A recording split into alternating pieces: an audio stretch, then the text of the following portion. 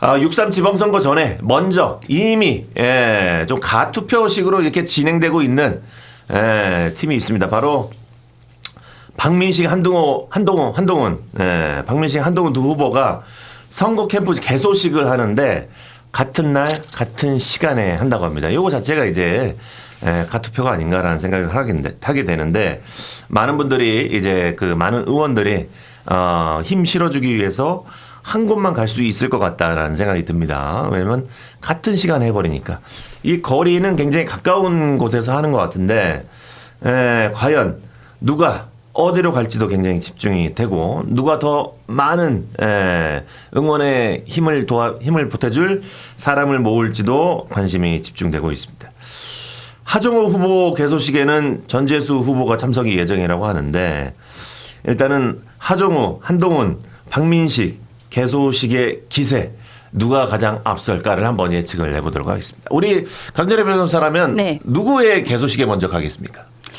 뭐 전 일단은 당원이니까 뭐 초대해 주시면은 우리 갑자기 박민식 전 장관님, 후보님 캠프를 당연히 가야겠죠. 근데 저는 이번에 뭐 한동훈 쪽이냐, 뭐 박민식 쪽이냐, 뭐 당에 소속된 분들이 어디 가느냐 이것보다 사실 그 조그맣고 우리 나 오늘 왜 이렇게 이름 기억이 안 나지? 김규기입니다. 아니요, 그 우리 하은기. 민주당 저기 그 GPT 하지PT 하정우 하정우 후보 왜 갑자기 이러지? 나도 생각이 하정우 후보의 전염됐어? 캠프에 네. 과연 정청래 대표가 갈 것인가? 저는 그게 더 재밌을 것 같아요. 왜냐하면 가야지. 그렇게 우리가 생각을 하잖아요. 네. 근데 최근에 그 안에서 오빠 논란이라든지 막 이런 것들이 있다 보니까 그래서. 송영길 전 대표가 언론에 나와서 그 부산은 전재수에게 맡기고 정청래는 부산 가지 마라. 가고 괜히 막 긁어부스럼만 만들고 있다. 이런 얘기들을 하고 있거든요. 그리고 지금 당 지도부에서 뭐 국정조사 이후에 여러 가지로 특검법이라든지 좀 강행하는 듯한 의지를 보이면서 영남권이 흔들리고 있다라는 얘기들이 있어요. 그래요? 그리고 정청래 대표가 갔을 때 이게 과연 플러스만 될 것인가. 오히려 강성 지지층들이야 좋아하시겠지만 중도 확장성이 떨어질 수가 있어서 좀 이게 문제가 될 수 있다. 이런 지적들도 나오고 있는 상황이거든요. 네네. 그 저는 뭐 개인적으로는 그럼에도 불구하고 정청래 대표가 본인이 뭐 삼고초려해서 모셔온 분이다라고 이야기를 하니까 갈 것 같기는 한데 근데 그 안에서 여러 얘기들은 있을 것 같다. 요즘 하여튼 민주당이 내년 8월에 있을 전당대회에 좀 전초전처럼 하고 있는 것이 아닌가. 하여튼 이번에 송영길 전 대표의 이야기가 굉장히 저는 유의미했다 생각합니다. 그래요. 예. 우리 하은기는 뭐 이런 일에 관심이 있습니까 지금? 일단은 국민의힘 분들이 한동훈 전 대표 개소식 가는 건 이상한 일이라고 저는 생각합니다. 탈당도 안 하고 저렇게 하는 거는 이 방송에서 몇 번 뭐 말이 나왔는데 조홍천 선배로 예를 들면 저는 개인적으로는 좋아하는 분이고 괜찮거든요. 그리고 방송에서도 얘기 나와도 비판을 안 해요.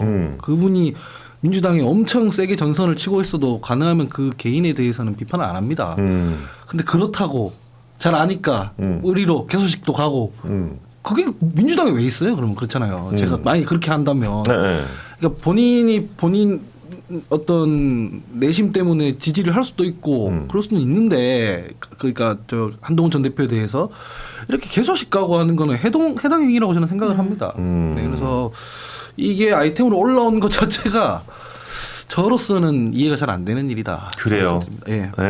아무래도 이제 뭐 선거니까 선거 얘기를. 그러니까 이 방송이 이해가 안 되는 게 아니라 이거가 아이템으로 세팅된다는 것은 실제로 국민의힘 분들이 한동훈 개소식에 간다는 게 화제가 된다는 거잖아요. 네, 그렇지. 근데 그 자체가 사실은 이상한 일이거든요. 근데 이런 개소식 자체를 뭐 날짜와 시간을 정하는 건 누가 하는 거예요? 그러니까 이게 캠프에서 하죠. 캠프에서 하는데 이게 보통 이제 뭐 토요일 2시 이런 때들이 정확해요. 일요일 오후 2시 이럴 때 언론이 많이 모이고 사람들이 많이 모일 수 있을 때 이제 그러다 보면 선거 앞두고 하는 게 맞으니까 이제 시간이 한정되긴 해요. 근데 이게 똑같다는 것은 정확하게 일치한다는 것은 두 캠프 중에 한 캠프는 예상을 하고 있다는 거야. 아니면은 캠프 사람들이 또 술 먹다가 이런 정보를 또 흘려가지고 그럼요. 우리도 같은 날 해버리자. 그렇지. 예, 그러니까 붙어버리자. 그럴 수도 의도가 있다. 있었다는 거예요. 아. 예, 두 캠프 중에 하나는 의도가 있었고 이 두 캠프가 서로 같은 날 같은 시에 해가지고 좀 더 이득을 보는 건 저는 박민식 후보 측이라고 생각을 해요. 아, 그래요? 예, 지금 어쨌거나 한동훈 후보 측이 전국적인 인지도는 훨씬 높고 뉴스에 대해서 이슈를 잡아먹는 면도 많거든요. 근데 저렇게 두 날 딱 가면 카메라들이 저기 쫙 몰릴 거야. 솔직히 말해서 박민식 후보 측에 갈 카메라보다 한동훈 후보 측에 갈 카메라가 전 더 많았다고 보거든요. 근데 이렇게 되면 양쪽이 똑같이 가. 왜? 여기 누구하고 저기 누구 갔느냐가 다 나와야 돼. 아하. 그리고 박민식 후보 측에서는 이걸로 무언의 압박을 하는 거지. 왜냐면 같은 날 같은 시에 하는데 박민식이 안 가고 한동훈을 갔다라는 거 이제 이거는 정말 명백한 해당이 돼요. 왜냐하면 자기 후보에 대해서 불이익을 주는 거잖아. 자기 당 후보에 대해서. 그렇지. 그러니까 저거에 대해서는 이제 명백하게 나오기 때문에 여러모로 사실 박민식 후보 측이 같은 날 같은 시하는 게 유리하죠. 그리고 지금 뭐 한동훈 계에서 몇 분 가신다고 하는데 뭐 가실 수는 있겠으나 이거 당에서 징계는 할 수밖에 없어요. 안 하면 전체적인 원칙이 흔들려. 왜냐하면 다른 곳에서도 공천 과정에서 좀 불만을 느끼고 무소속으로 출마하거나 이런 분들이 계셔요. 그러면은 당에서 지원 나오는 사람들이 그 무소속 캠프에 가서 해주면 돼요? 안 되잖아요. 그래서 저건 징계가 나올 수밖에 없지. 네. 그러면은 이제 뭐 그럴 일은 없겠지만 혹시라도 만약에 저기 뭐 예를 들어서 박민식 후보한테 갔다가 한 15분 있다가 바로 또 한동훈 사무실 가서 개소식 있을 수 있어. 있지 그런 않을까? 사람도 있을 수 있어요. 진짜로. 아니 나는 말도 안 된다고 생각했는데 그런 사람이 있을 수도 있다고. 있을 수 있어. 왜냐면 가서 딱 사진 찍고 네. 끝나고 내가 사실 여기 오고는 싶었는데 네. 이런 걸 흔히 전문 용어로 양다리라고 하죠. 아, 그렇지. 그러니까 아니 그 가슴은 저쪽인데 머리가 이쪽이니까 일단 여기 왔다가 저쪽으로 가는 거지. 근데 내빈 소개다 할 거거든요. 아마 그럼. 내빈 명단 딱 받아가지고 그죠.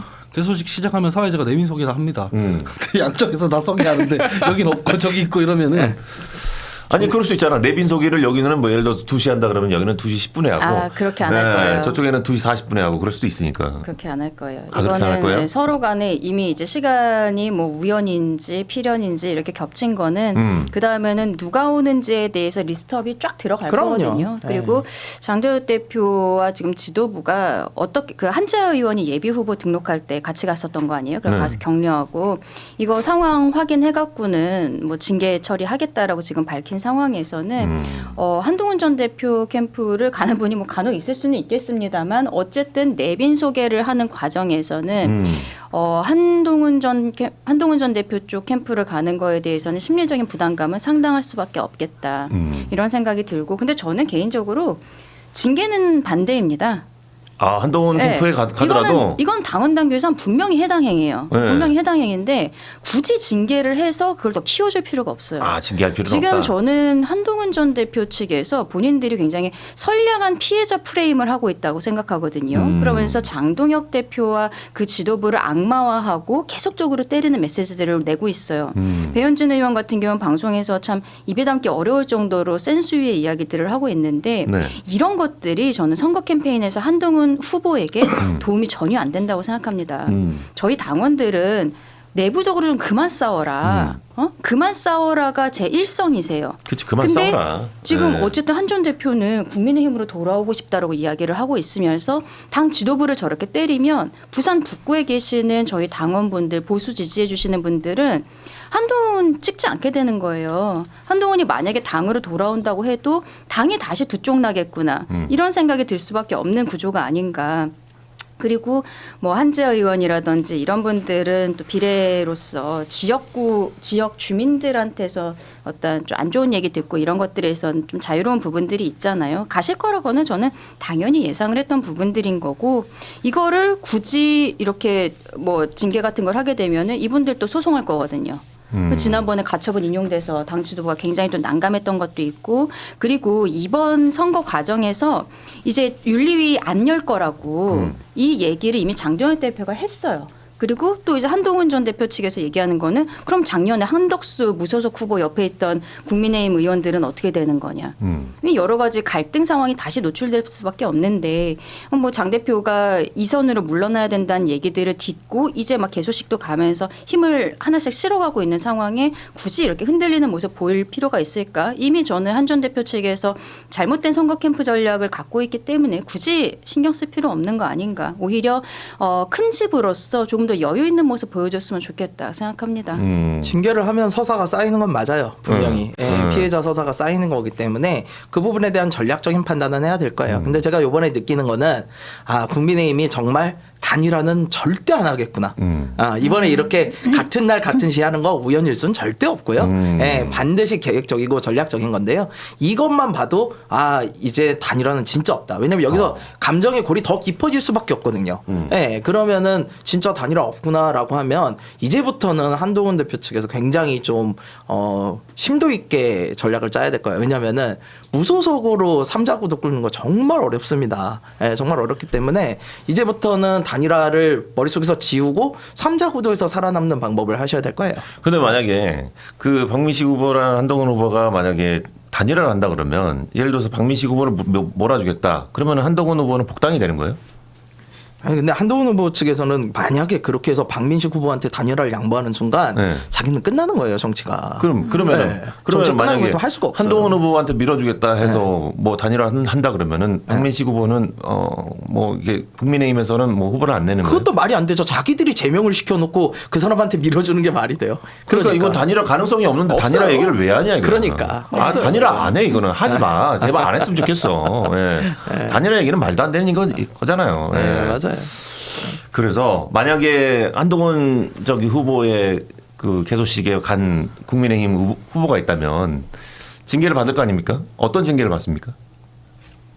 그건 뭐 자기들 따라서 반복입니까? 다 달라요. 다 다른데. 근데 이거 이제 수위의 정도에 따라 가지고 윤리에서 논의도 하고 그러는데 사실 이 정도로 명백한 해당행위는 드물어요. 선거 때 우리 후보와 경쟁자인 캠프에 가가지고 지원을 하는 것만큼 이만한 해당 행위가 어디 있어요? 이건 너무나 명백하잖아요. 그러니까 그렇지. 단순히 말의 수위를 가지고 처벌하는 건 분명히 논란의 여지가 있어요. 뭐 비판을 세게 했다, 적게 했다 이건 다 주관적인 내용이니까. 근데 행동으로서 이렇게 개소식에 가거나 이런 부분들은 너무나 명백하기 때문에 이거는 당의 입장에서는 전례가 남는 일이기 때문에 징계를 안 할 수는 없어요.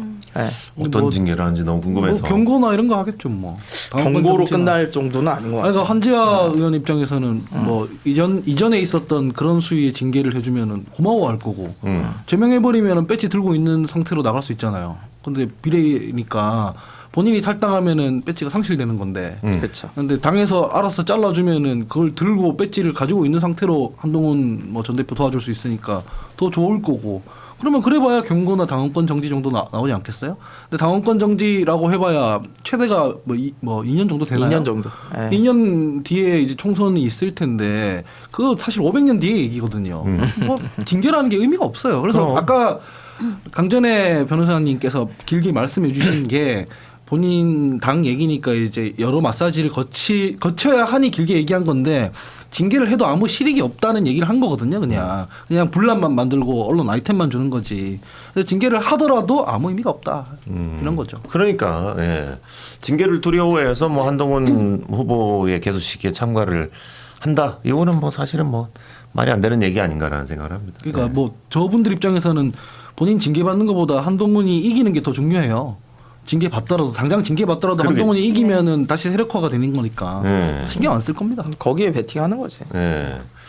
전재수 부산시장 후보는 하정우 소속을 또 응원하기 위해서 또 직접 개소식에 참가를 한다고 하는데 어제 해양 수도 부산을 AI로 완성한다는 공약을 나란히 서서 발표를 했습니다. 이게 지금 이런 거예요. 사실 전재수 후보가 지금 부산에서 원래 본인이 쌓았던 이미지는 좀 많이 깎아먹었어요. 가르띠에 때문에.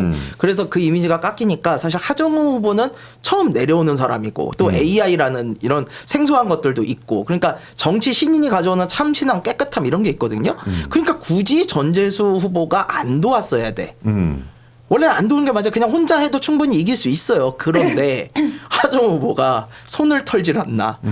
오빠 논란을 하지 않나. 이게 상황이 지금 여의치가 않은 거야. 그러니까 어쩔 수 없이 야 이건 안 되겠다. 전재수 후보 직접 나서서 좀 도와야만 하는 상황이다. 지금 참신한 걸로 승부 볼 이 상황이 아닌 것 같다. 이렇게 지금 되는 걸로 보이고 그만큼 지금 하정우 후보가 굉장히 좀 고난을 겪고 있다.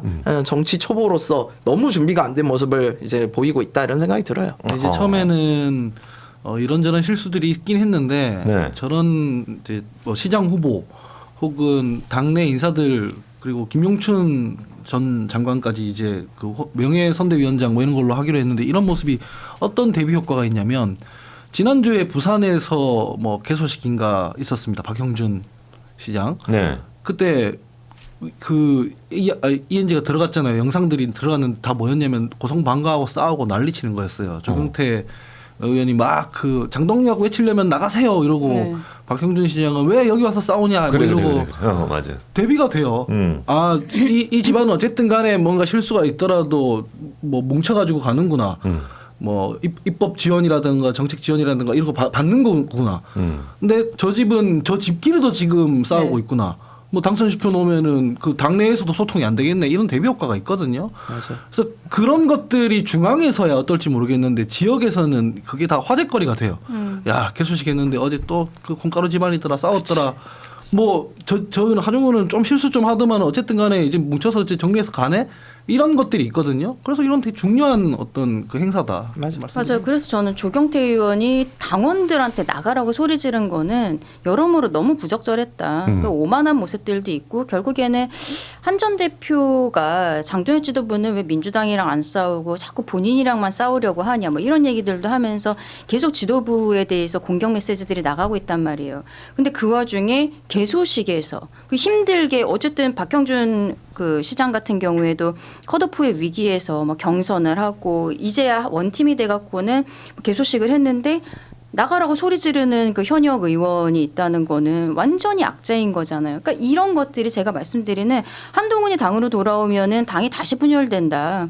이런 생각을 당원들 하실 수밖에 없거든요. 굉장히 잘못된 선거 전략이라고 생각을 하고 조경태 의원 여기에 대해서 강하게 사과 메시지 나가야 되는데 글쎄 지금 뭐 언론에 보도는 되지 않고 있어요. 그러니까 전체적으로 선거 과정에서 한동훈계가 계속적으로 장동혁 지도부를 흔드는 것은 저는 뒤로 가면 갈수록 지금 보수가 집결하는 모습들을 보이고 있거든요. 그렇지. 이분들이 미운 털이 박힐 수밖에 없는 전략이다 이렇게 생각합니다. 그러니까 저도 그 장면을 보면서 너무 이해가 안 갔던 건 뭐냐면 조경태 의원 본인의 생각을 말할 수 있어요. 저도 네. 불법 개헌 잘못된 거라고 알고 있고 그렇게 생각하니까. 근데 문제는요. 본인이 이렇게 얘기해요. 조경태 후보가 여기는 박형준 후보 캠프입니다. 맞아요. 네. 아니 박형준 후보 개소식에 와서 축사하는 사람이 왜 누구 보고 나가라 말아를 하는 거야. 그러니까요. 이거는 박형준 후보 입장에서 너무 힘든 일이에요 진짜. 정말 속으로 조경태 부르지 말걸 이랬을걸. 그랬을걸. 진짜. 예. 이건 좀 말이 안 되는 이야기였어요. 그래요. 네. 예. 그리고 지금 속보가 나왔던 게 박형준 부산시정 후보가 박민식 후보의 개소식에 참석을 한다라는 것을 지금 속보가 떴어요. 예. 당연한 일입니다. 이게 저거는. 어찌 보면 당연한 일인데 여기에 속보가 떠서 기사가 됐다라는 게 참 아이러니한 일이죠. 제가 예. 이번 지방선거에서 제일 이해가 안 되는 게 한동훈 조국이에요. 당연한 일입니다, 저게. 근데 뭐 앞으로 얘기할 거지만 조국혁신당 캠페인이 보면은 내가 더 민주당이다 뭐 이러잖아요. 그 뭐야 그게 사실은 처음 보는 초식이거든요.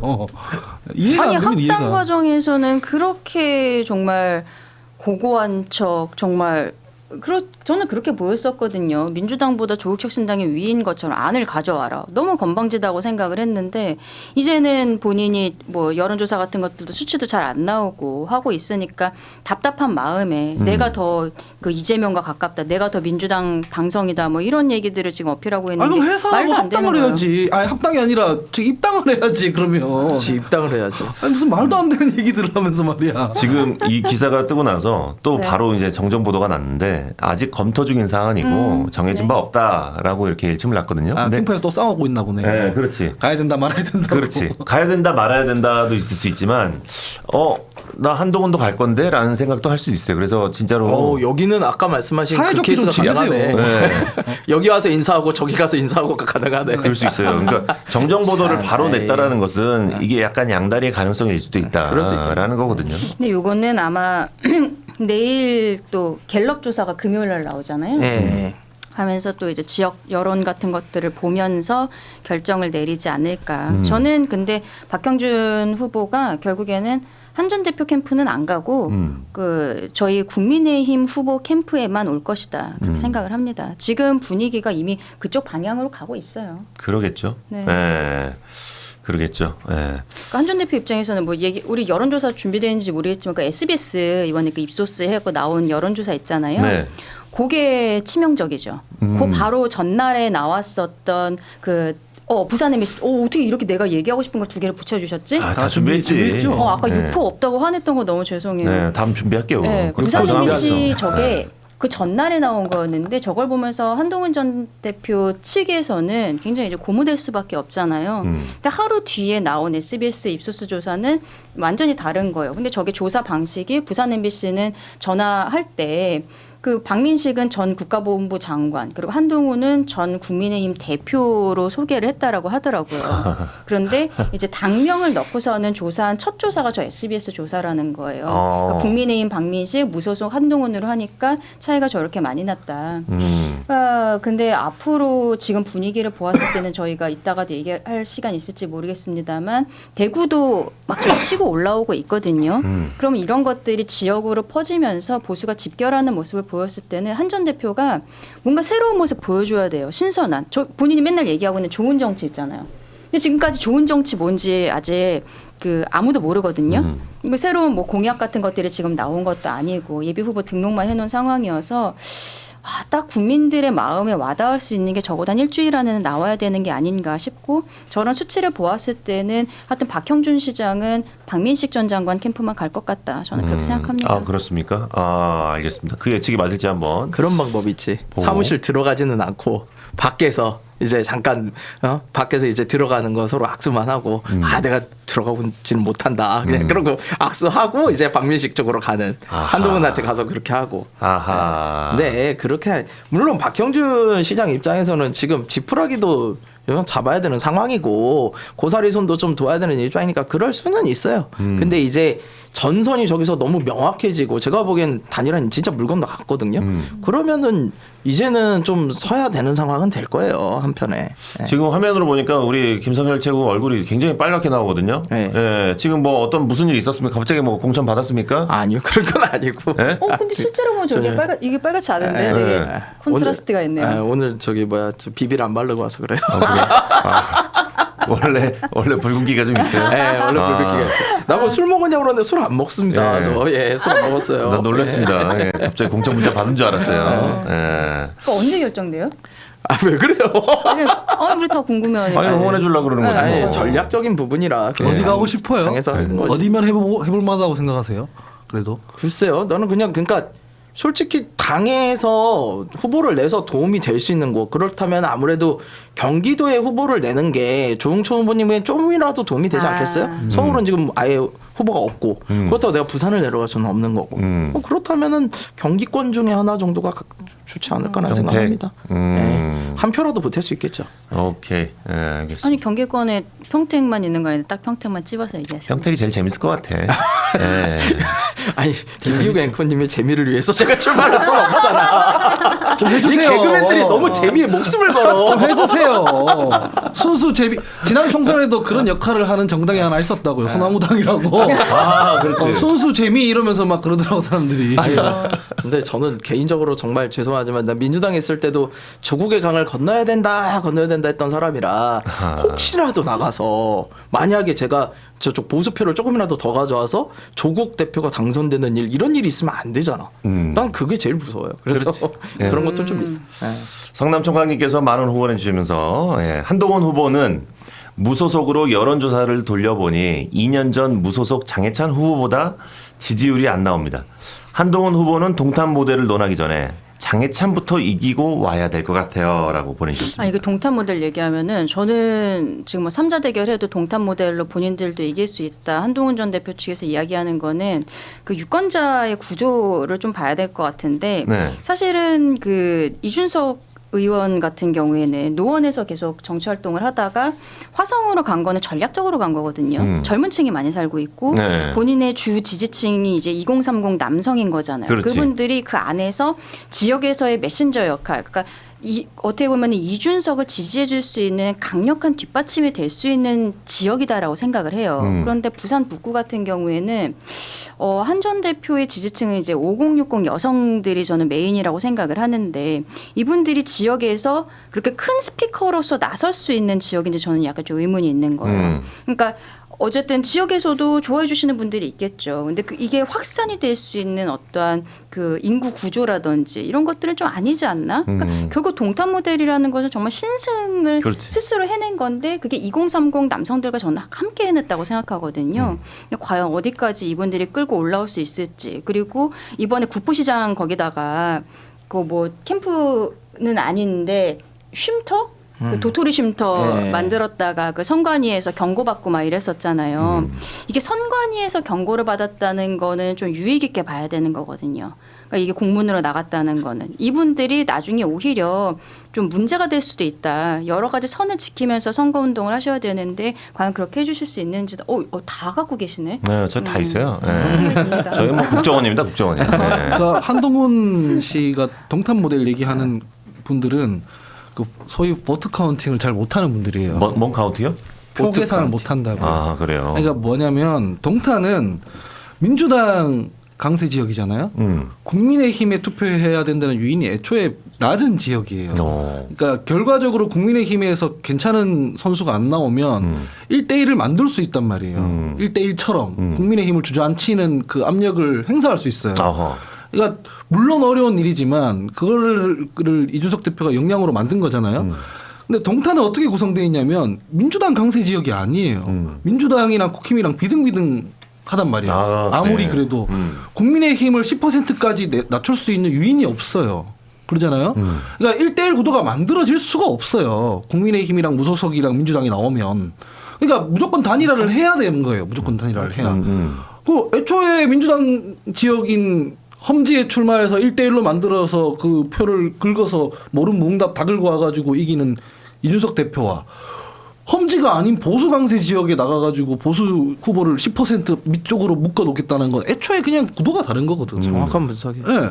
그러니까 전략이나 판세나 이런 걸 보는 눈이 없기 때문에 그런 얘기를 하는 거지. 여기선 여기에 맞는 별도의 전략을 수립해서 해야 되는 거고 그 수립해서 가는 방향으로 가고 있냐 하면 전혀 그렇지 않다. 한동훈 대표가 이렇게 말씀드릴 수 있는 거죠. 알겠습니다. 지금 한동훈 후보를 굉장히 비판하는 댓글들이 많이 달리고 있는데 우리 충봉님께서는 한동훈이 생각하는 깨끗한 정치는 당 게시판에 악플 및 욕 게시글 쓰면서 선동하는 정치다라고. 이것도 하나 좀 말씀드리고 싶은 게 네. 이제 한 전 대표는 이번에 떨어져도 부산 북구에 계속 살겠다고 이야기하거든요. 그럼 변호사 사무실을 옮길지 잘 모르겠습니다만 이거를 진정성 있게 보여주려면 가족이 같이 선거운동해야 돼요. 그러면은 그 배우자 있잖아요. 그 진 변호사님. 네네. 이분이 이번 선거 캠프 과정에서 내려가서 저도 김앤장 내려놓고 부산 북구 와갖고 남편이랑 같이 여기서 와이프가 살겠습니다. 김앤장이야. 해야 돼요.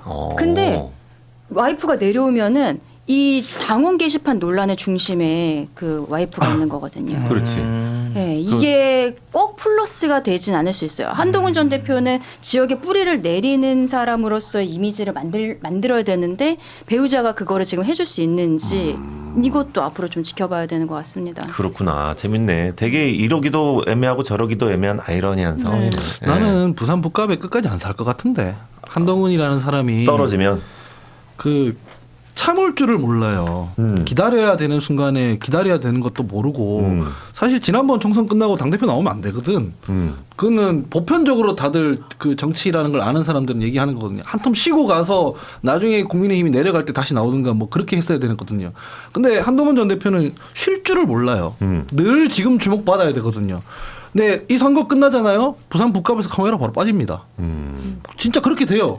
그러면은 본인이 거기에서 야인으로 10년, 15년 이렇게 있겠다는 각오가 있다고? 불가능해요. 지금이야 고양돼 있으니까 얘기하지.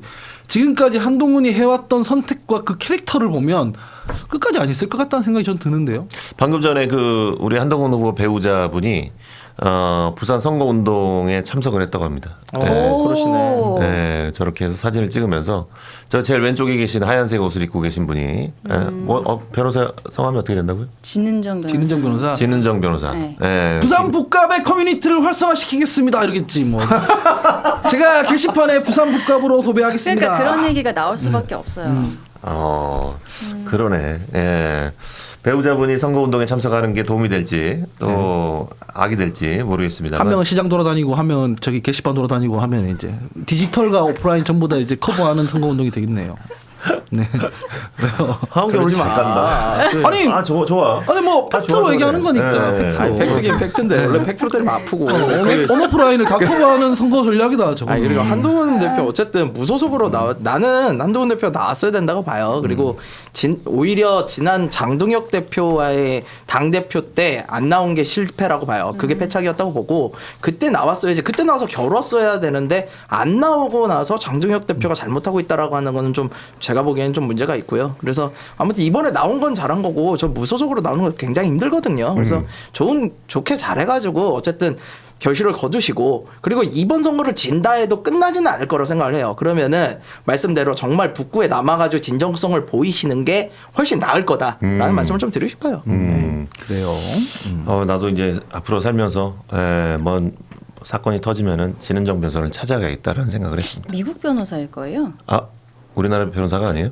한국 변호사 면허가 있는지는 잘 모르겠고 너무 하신 거 아니에요? 옆에 변호사 변호사 옆에 두고 진은정 찾아간다고 하시면 김현장 해야 이기는 거 아니야? 맞아요. 정치 사건은 그렇지. 어쨌든 예. 자, 여기까지 얘기하고 이제 반대 진영 한번 얘기해 보도록 하겠습니다. 이번에는 우리 김성열 최고가 나가 출마할 가능성이 있는 평택을 쪽으로 한번 가보겠습니다. 평택을에서는 조국 후보와 김용남 후보가 지금 싸우고 있습니다. 예, 신경전이 어마어마한데. 어마어마해요. 김용남 후보가 조국 후보를 두고 진짜 질린다라는 표현을 했습니다. 예, 이쯤 되면은 뭐 두 사람의 뭐 단일화 이런 거는 뭐 사실 없는 거고 제대로 한번 붙어보자 뭐 이런 느낌이 이제는 평택을에서 펼쳐지고 있습니다. 이게 왜 그러냐면 여론조사를 돌려보니까 김용남 이분이 지지 않거든. 자기가 지면은 처음에 나올 때 뭐라 그러냐면 단일화도 좀 열려 있다는 식으로 얘기를 했어요. 근데 이제 내가 1등이거든. 그럼 이제 생각이 다르지. 그렇지. 내가 1등인데 왜 단일화해? 그렇지. 그러니까 이제 제가 보기엔 김용남 의원 쪽에서는 절대 단일화 생각을 안 할 거예요. 이제는.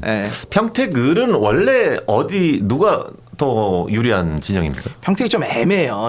이제 병이 신설이 되면서 분리가 돼가지고 이제 좀 바뀐 건데.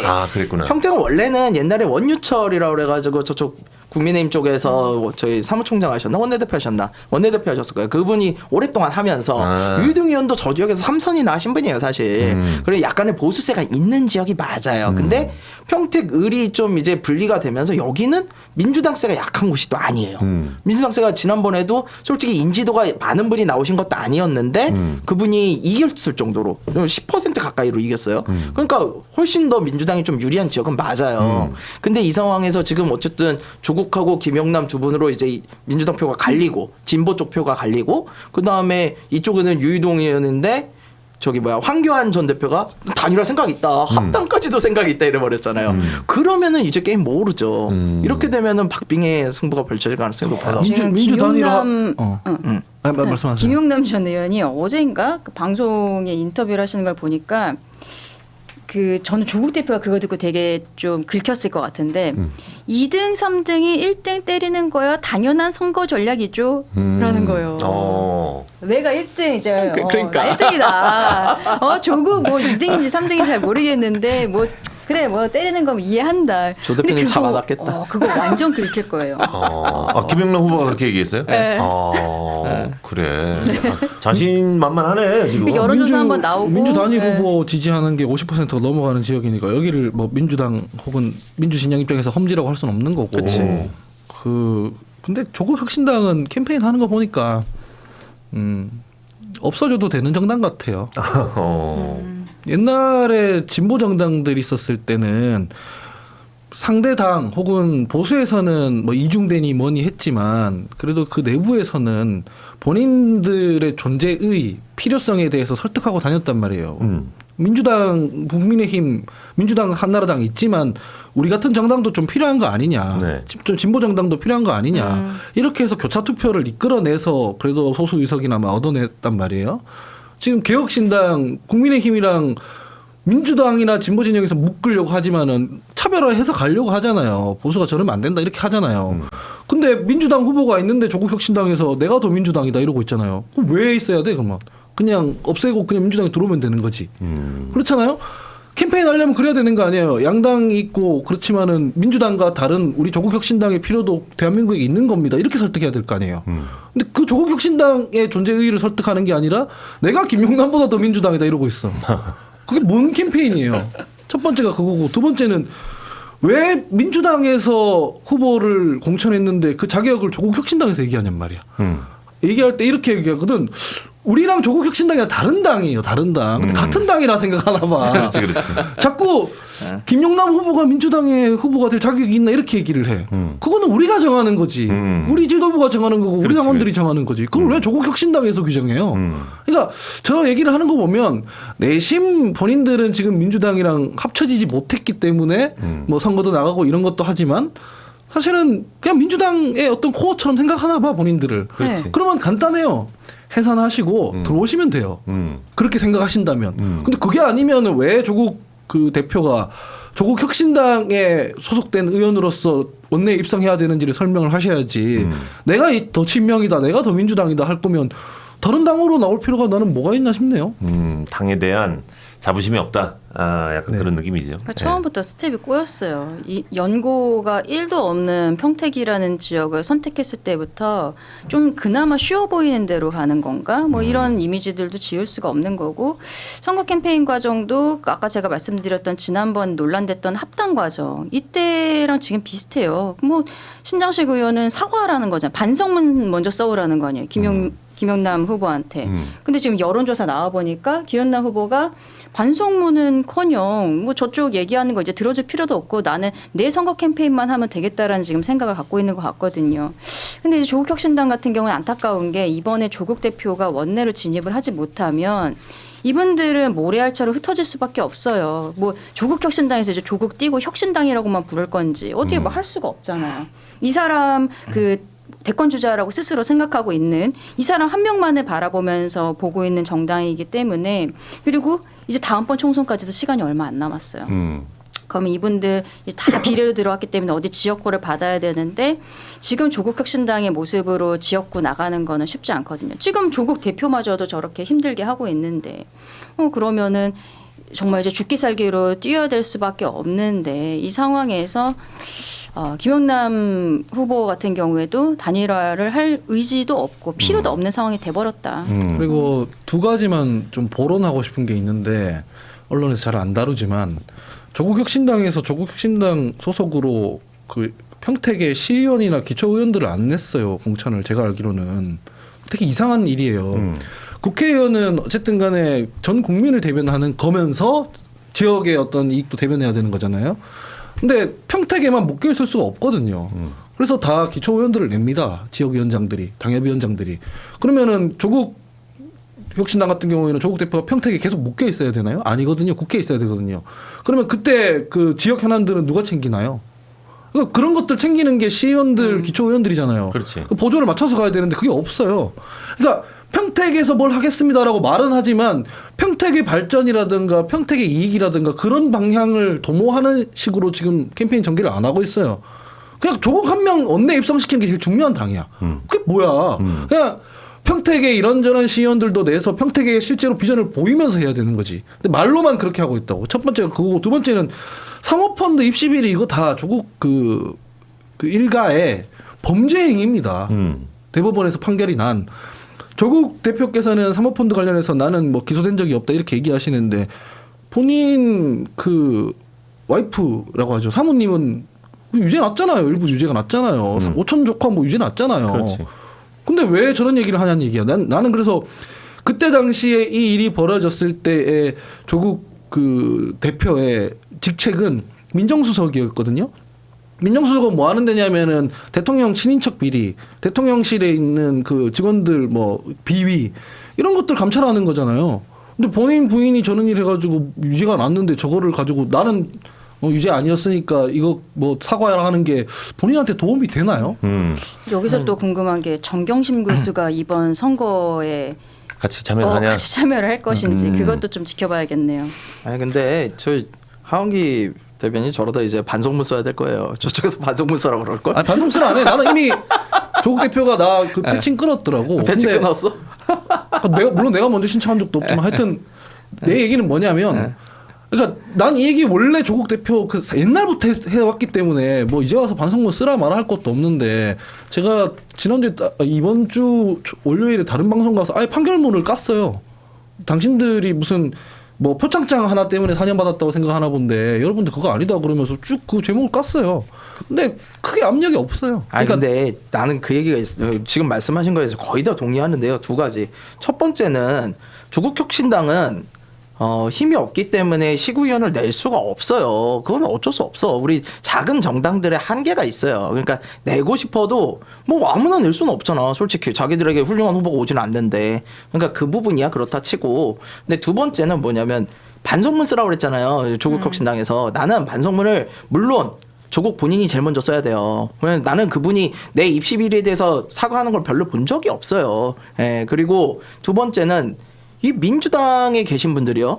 지금 하원기 대변인 같은 분들도 계셨지만 예전에 몇 년 전만 해도요. 하원기 대변인처럼 얘기하잖아요. 많이 맞았지. 수박이라고 여기저기서 돌 던지고 난리 나요. 제가 그 안에서 정말 조국의 강 건너야 나 진짜 된다 많이 얘기하면 정말 진짜 이상한 사람 취급받았어.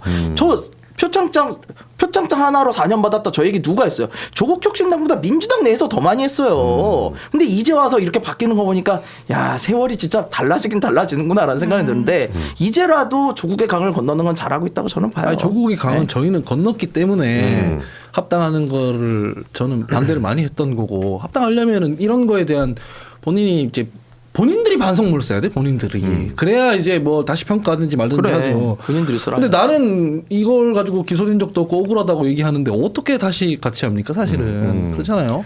지금 민주당에서는 조국당을 확실하게 이제 선을 긋고 있고, 또 조국당에서는 민주당한테 어떻게든 팔짱을 끼려고 하는 그런 상황에서 표를 나눠 가질 수도 있지 않습니까? 이 상황에서 개혁신당에서 후보가 나온다면 이게 당선 가능성이 또 없지 않아 있다라는 생각을 전략적으로 하게 되면 우리 김성열 최고가 또 출마를 하지 않을까라는 생각을 하는데 지금 그러면은 개혁신당에서 아까 그 전략적으로 만약에 가능성이 있다 그러면 출마를 한다 그랬는데 그러면은 조국과 김영남 후보가 최대한 많이 싸우기를 지금 개혁신당을 바라겠네요. 아니 뭐 근데 두 분이 싸우는 거 이런 거는 크게 바라지는 않아요. 왜냐면 사실 둘 다 전략적으로 바라는 거 아니에요? 아니, 절대 둘 다 적합한 후보라고 생각하지 않기 때문에 더 싸워라 지금 불을 지피고 있는 거 아닙니까 지금? 그런 건 아니고요. 그냥 그러면 단일화했으면 좋겠어요. 아예 단일화를 하든 말든 사실 왜냐면 단일화하면 김성열 최고는 안 나가는 왜 저한테 자꾸 그러는 거야? 이게 기승전 아니 뭐 돈 떼먹었어요. 기승전 출마. 형 뭐 돈 떼먹었어요.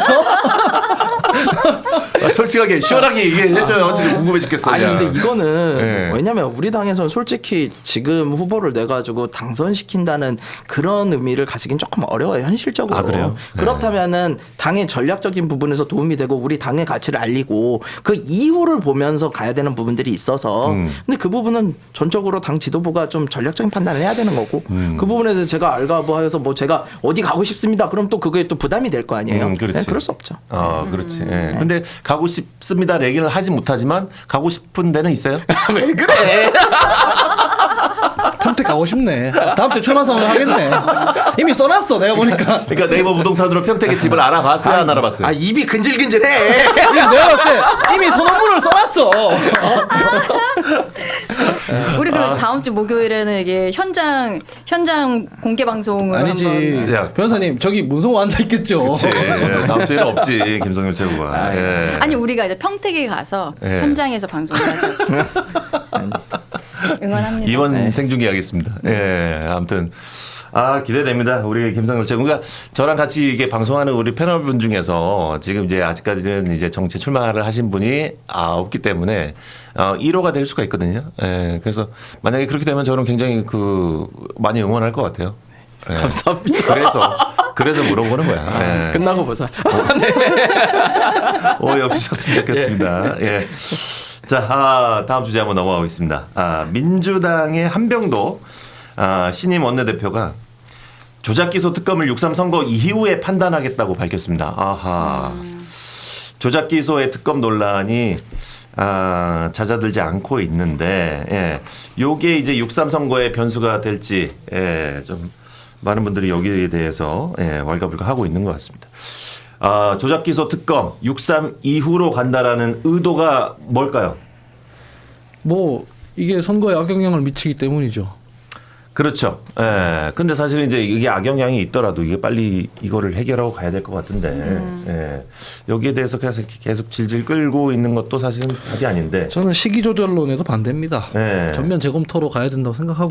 그렇지. 뭐 지금 이 들어가 있는 안을 제가 사실 뜯어보지도 못했어요. 저만 뜯어보지 못한 게 아니라 각 지역의 후보로 뛰고 있는 분들도 못 뜯어봤을 거고요. 유권자들도 비슷할 겁니다. 그냥 이제 프레임 전쟁이 붙어 있는 상황이거든요. 그러면 저는 민주당 소속이니까 이게 뭔지도 모르면서 그러면 방어해야 되고 그래야 되는 상황이 발생하잖아요. 그러니까 뭐냐면 어떤 법안이나 의제를 처리할 때 국민 여론이 원사이드하게 가는 경우는 괜찮아요. 그런 국민 공감대가 형성됐다고 표현하잖아요. 네. 근데 지금 이런 상황 막 무슨 진영별로 나눠서 이렇게 막 피장파장이 아니지 비등비등한 상황일 때는 이때는 그 힘으로 밀어붙이잖아요. 그럼 되게 오만한 게 되죠. 힘자랑하는 게 되죠.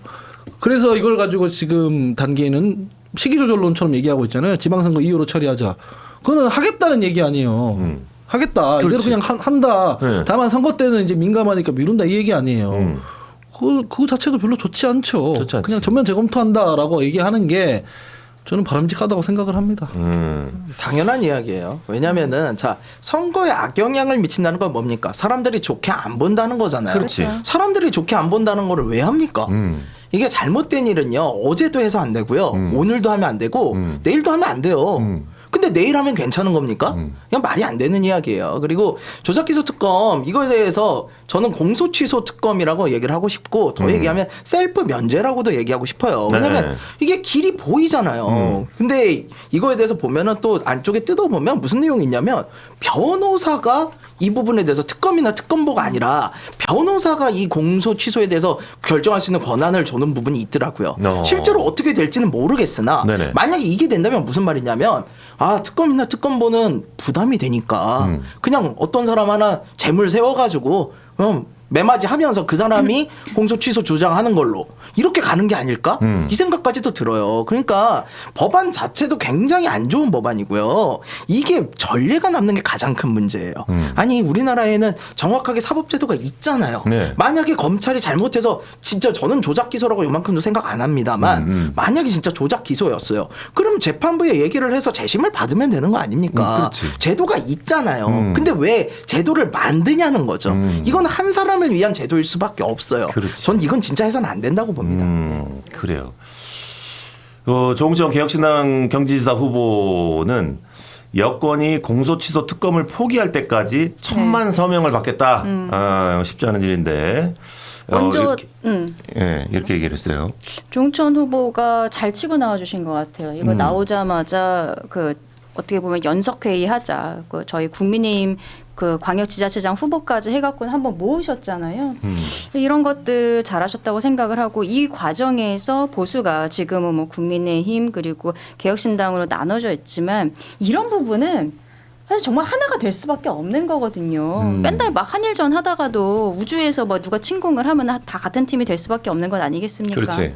근데 이 공소취소 특검법 같은 경우에는 너무 심해요. 그러니까 결국에는 우리가 이재명이라는 사람이 대통령이 되면은 여러 가지 빌드업을 통해서 본인에 대해서 결국에는 뭐 무죄를 만들든 뭐 재판을 안 하게 하든 뭔가를 할 거다. 많은 국민들께서 약간 두려움을 갖고 계셨던 게 사실이거든요. 네네. 근데 이게 착착착착 진행이 되는 거예요. 민주당에서 100명이 넘는 국회의원들이 이름 자체가 대통령의 공소 취소를 위한 모임이라는 걸 만들어요. 그리고서는 그 다음에 이게 당의 정말로 정식 특위가 돼요. 그 다음에 국정조사를 하고 나와서 이제 막 방용철 그리고 뭐 김성태 이런 사람들이 다 나와서 법원에서 한 얘기랑 똑같은 얘기를 하는데 니네 다 거짓말하잖아. 다 결정된 거야. 그 위증으로 고발을 해요. 그러고선 자기네는 사실이 다 드러났다는 거예요. 만천하에 드러났으니까 이건 특검을 할 수밖에 없고 이런 얘기를 하면서 이제 법안을 발의를 하는 과정이 하나씩 이루어지고 있는 거예요. 근데 적어도 그러면 지금 막 위증으로 고발해 놓은 사람들 있잖아요. 아까 제가 말씀드린 김성태, 방용철 그리고 뭐 선서 안한 뭐 박상용 검사 이런 사람들 이거 1심 판결 나올 때까지는 좀 기다려 보시던지.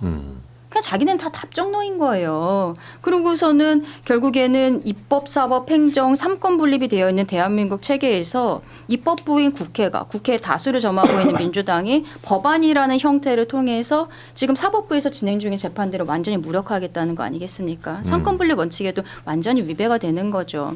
그러니까 본인들도 알아요. 민주당도. 아니까 이번에 연휴 기간에 그 홍익표 정무수석이 대통령의 메시지를 하면서 절차와 시기에 대해서는 국민적 수기를 거쳐달라 뭐 이런 얘기를 하는데 그 앞에 대통령은 특검에 찬성한다는 얘기를 했거든요. 그러면 할 거면 지금 하던지 왜 선거 전에 안 하겠다는 거죠? 이거 자체가 본인들이 여기에 있어서 문제가 된다는 걸 알고 있기 때문인 거를 스스로 자인하는 거다. 이거는 사실상 뭐 뉴 이재명이라고 대통령을 새롭게 지지하는 분들도 완전히 떨어져 나갈 수 있는 이슈라고 저는 생각합니다. 맞아요. 예. 시기가 중요한 건 아니다. 할 건 빨리 해야 되는데 이게 참 이게 안 해야 되는 거라니까. 뭐 선거다, 뭐 예산 집행이다, 뭐 이런 것 때문에 굉장히 뭐 미뤄지는 경우가 굉장히 많습니다. 예. 아니 우리가 술 먹고 운전하면 안 되잖아요. 그렇죠? 안 되죠. 술 먹고 운전하면 안 돼요. 근데 저 앞에 음주운전 검문소가 있어. 그러면 검문소만 지나고 나서 술 먹으면 되겠네. 저기 지나고 먹을 게 하면 됩니까? 안 되는 거예요. 근데 이거는 지금 그런 내용이라고요. 선거 앞두고 못하는 일은 선거 끝나고도 하면 안 되는 겁니다. 예. 그렇지. 예. 그리고 이 조사기소 특검 이슈가 영남권에서는 민주당 후보에게 굉장히 치명적이죠. 영남권들은 아마 영향을 미칠 텐데 그 대구는 조금 특이한 게 있어요. 뭐예요? 감지되면 제가 어제 왔거든요. 네. 대구 민주당을 너무 미워하잖아요. 그러니까 이것 때문에 더 미워진다 이게 아니고 민주당 원래 그랬잖아. 그러니까 우리는 메시지를 낼 때 이거 신중해라 하지 마라 이렇게 세게 하거든요 후보가. 이게 여기에 대해서 그러잖아요. 김부겸 후보는 막 네. 신중해라 이렇게 하잖아요. 그렇지. 근데 우리가 그렇게 합리적으로 하고 싶어서 그렇게 하는 건데 대구 분들은 이제 다른 데와 달리 야 민주당 뽑아주니까 완전 독주하겠네 이게 아니라. 민주당 원래 독주하고 있었잖아. 원래 그랬잖아. 몰라 뭐. 그러니까 국민의힘이 더 중요한 거예요. 그렇지. 국민의힘 후보가 어떻게 해서 어떤 모습을 보이느냐로 마음을 누그러뜨린 거지. 이거 가지고 막 그 대구에서 얘기하더라고요. 근데 대구 분들은 그래요. 뭐 민주당은 어제는 안 그랬고 뭐 하루 이틀 얘기가 지금 이 문제가 이렇게 되고 있어요. 그래서 그거는 다른 영남권들은 모르겠어. 민주당을 한 번씩 바꿔봤던 그런 지역들은 모르겠는데 여기는 조금 특수한 민심이 있기 때문에 국민의힘에서 잘 다뤄야 한다 이렇게 생각합니다. 알겠습니다. 예. 자, 지금 좋아요 개수가 지금 830개 넘어가고 있는데 한 180개 정도가 좀 부족한 것 같습니다. 예. 한 170개만 조금 더 여러분들께서 힘을 실어주면은 오늘 목표 달성해서 3분 추첨해서 저희가 커피 쏴드릴 수 있을 것 같으니까 좋아요 좀 여러분들 안 누르신 분들은 지금 한번 눌러주시길 바라겠습니다. 얼마 남지 않았습니다. 오늘의 목표 1,004개입니다. 예. 좋아요 많이 눌러주시고. 예, 우리 그리고 이 조작기소 얘기하는 김에 지금 또 문제가 되고 있는 게 그 박성준 의원 있잖아요. 네. 이분이 국민들은 이 뭐 공소취소 이런 거 모른다 이런 얘기를 해버리셨어요. 너무너무 오만한 거거든요. 그럴 수 있어요. 아니 근데 그럴 수 있어. 속마음이 나온 거지. 네. 진짜 팩트 속마음이 나온 아니 거야. 그러니까 국민을 완전 개돼지로 보는 거예요. 아니 근데 이런 얘기를 지금 선거를 앞두고서 이야기할 수 있는 배짱? 도대체 무슨 생각인지 모르겠어요. 오만한 거죠. 이러시면 안 돼요. 그러니까 마이크 꺼지고 나서 아예 부동산 못 잡아 하는 거 하고 이렇게 공소 취소 같은 거 아예 국민들 몰라 그러는 거. 국민들 몰라? 이러시면 어쩌자는 거예요, 네. 도대체. 네. 그렇게 어려운 말을 만들지 말고 그러면은 내 재판을 내가 사면해서는 안 된다. 내가 직접 재판관이 돼서는 안 된다. 쉽게 설명해 주시면 되잖아요. 그렇지. 근데 근데 그걸 일부러 공소 취소라는 어려운 말로 하는 겁니까? 맞아. 그러니까 그런 식으로 하시면 안 되고 네. 국민들에게 우리는 쉽게 설명하고 알아듣게끔 얘기를 해야죠. 맞아. 그러면 우리가 뭐 가가지고 저 국민분들 하고 있는 농사 짓는 거 우리가 더 잘 지을 수 있어요? 자, 그러면 아니잖아요. 우리 김성률 최고가 네. 요거 우리가 짤로 만들게. 자, 공소 취소를 쉽게 풀어가지고 우리 국민들한테 좀 설명하듯이 얘기를 좀 해줘요. 공소취소는 쉽게 말씀드려가지고요. 내 죄를 내가 재판해서는 안 된다는 말이에요. 그러니까 다른 사람이 내 죄에 대해서 기소를 하고 다른 사람이 재판을 해야죠. 근데 내가 직접 관여해가지고 그거를 아예 기소를 못하게 하고 판결조차도 내가 내려버리면 이게 무슨 법제주의입니까? 이거는 우리나라의 문제가 아니라요. 고대 로마부터 내려온 전 세계적 원칙이에요. 이걸 흔들면 안 됩니다. 이거 쉽게 얘기할 수 있을 것 같아요. 좋아요. 내 뺏겼다. 죄를 내가 사하노라. 아하. 나의 죄에 대한 뭐라 그러죠? 그 면죄부를 그렇죠. 내가 준다. 나 스스로 내가 임명한 특검을 통해서. 네. 제가- 이렇게 내 죄를 사하노라. 나 스스로. 제가 평소였으면 아마 내용적으로 반론을 했을 거거든요. 네. 반론 못 하고 있잖아요. 반론하는 게 그 팩트로 얘기해도 그게 별로 좋지 않은 영향을 미칠 거거든요. 아까 네. 박상준 의원님 말씀도 하셨지만 프레임 전쟁에서 이미 졌어요. 이거 공소 취소 특검법이 아니라요. 조작 기소 특검법이거든요. 근데 사람들 다 공소 취소 특검법이라고 부르잖아요. 그러니까 내 죄를 뭐 사한다 이게 아니라 핵심은 검사가 어떤 사건을 다룸에 있어서 기소하고 수사하는 과정에 있어서 적법하게 그 권한을 사용했냐 이거를 조사하는 거거든요. 근데 그렇게 지금 안 굴러가고 있잖아요. 그렇지. 무슨 자기 죄 없앤다 이렇게 굴러가고 있잖아요. 그러니까 이미 이 프레임 전쟁에서 지금 밀리고 있다, 졌다. 사람들이 오해하기 시작했다. 이거를 인지를 하고 당에서 드리블을 해야 되는 상황인데 이 평시라면은 막 제가 득달같이 했을 거야. 그리고 사실이 아닌 얘기를 왜 하냐 막 이랬을 거거든. 지금 하면은 이제 우기는 것처럼 뭔 얘기를 해도 우기는 것처럼 들릴 테니 이거는 아까 소두에 말씀드린 대로 전면 재검토해서 토론 과정을 국민들한테 투명하게 공개하고 법안 내용이 어떻게 구성돼 있으며 이런 것들이 중지가 충분히 모여서 공감대가 형성된 이후에 그때 뭐 다시 추진을 하든지 말든지 해야 될 일이지 이렇게 내용도 모르는 채로 그냥 막 번개불에 콩고목득할 수는 없는 일이다 이렇게 근데 생각합니다. 이거 민주당이 하려면 빨리 해야 돼요. 지금은 지방선거 모드잖아요. 지방선거 끝나면 이제 총선 모드거든요. 그러면 왜냐하면 이게 공소취소를 하려면은 그 과정에서 또 뭐 조사도 해야 되고 뭐도 해야 되고 막 이거저거 해야 돼요. 그러면 내년 돼야 돼.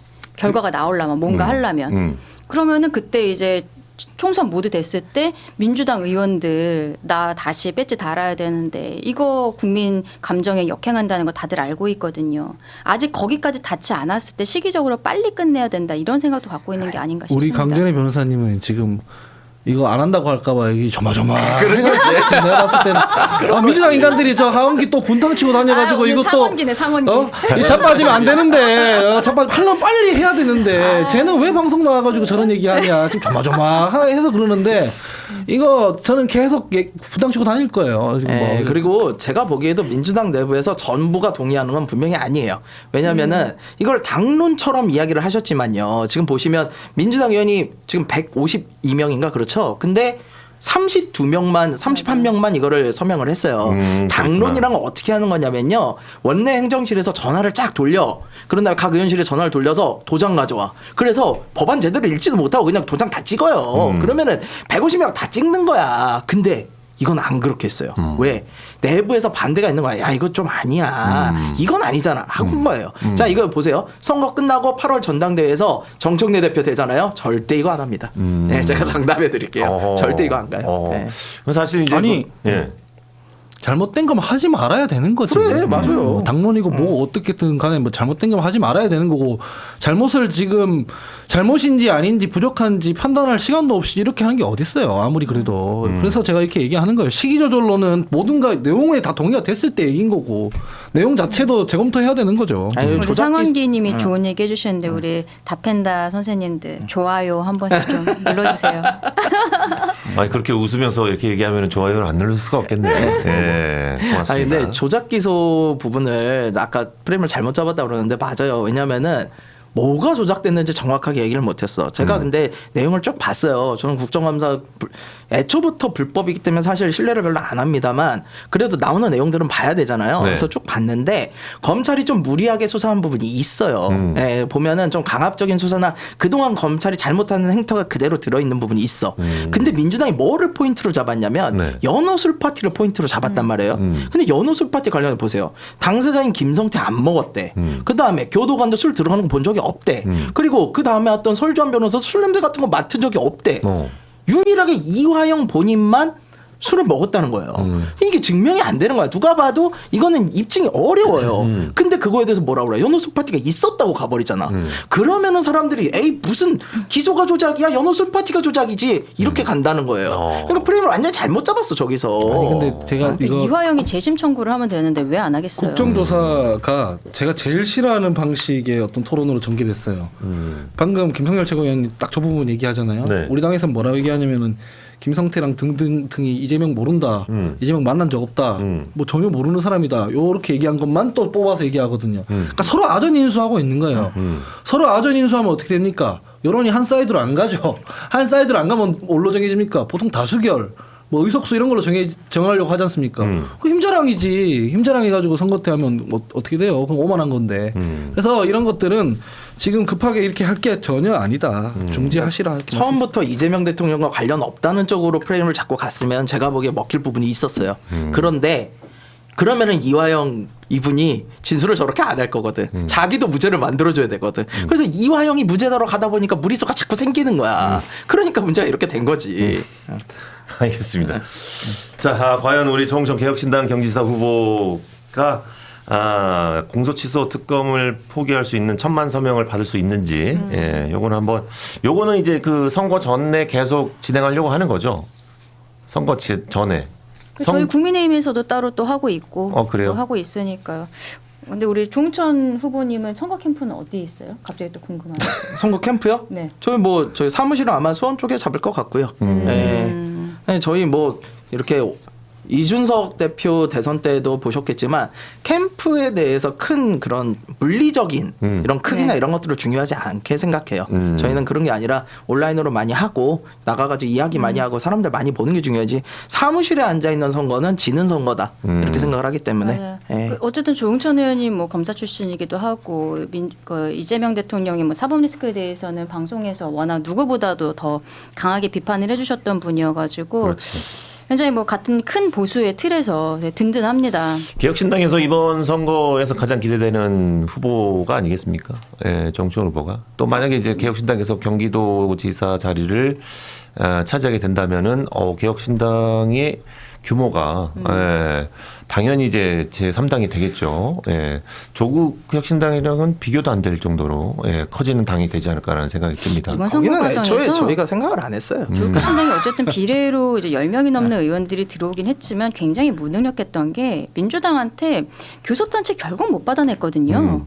그거 진짜 강하게 나갔어야 되는데 합당 이전에 사실은 교섭단체를 민주당에서도 본인들 그때 총선 공약이었나 뭐 공약으로 10명 정도로 낮추겠다라고 했었는데 뭐 조국 대표가 몇 차례 요청을 하긴 했지만 이게 제대로 이루어지지 않았죠. 더 세게 요청했었어야 돼요. 언젠가 우리가 다 할 수 있겠지. 저는 조국 혁신당이 너무 안일했었던 것 같아요. 당을 운영하는 과정이라든지 합당 과정이라든지 그리고 최근에 이제 평택에서 보여주고 있는 선거 캠페인이라든지 이런 것들이 내가 지난번에 내가 개혁신당 부티크 정당이라고 이야기한 거 쇼츠로 돌던데. 개혁신당 뭐 그랬나? 국민의힘이 아니라? 우리 개혁신당, 개혁신당이 엘리트 부티크 정당이 돼가고 있다 말씀드렸는데 이번 선거 과정에서 조국 혁신당은 이제 국민들 눈에서는 좀 믿음직한 공당으로서의 모습은 좀 못 보이는 것 같다. 개인적으로 그렇게 생각합니다. 네, 알겠습니다.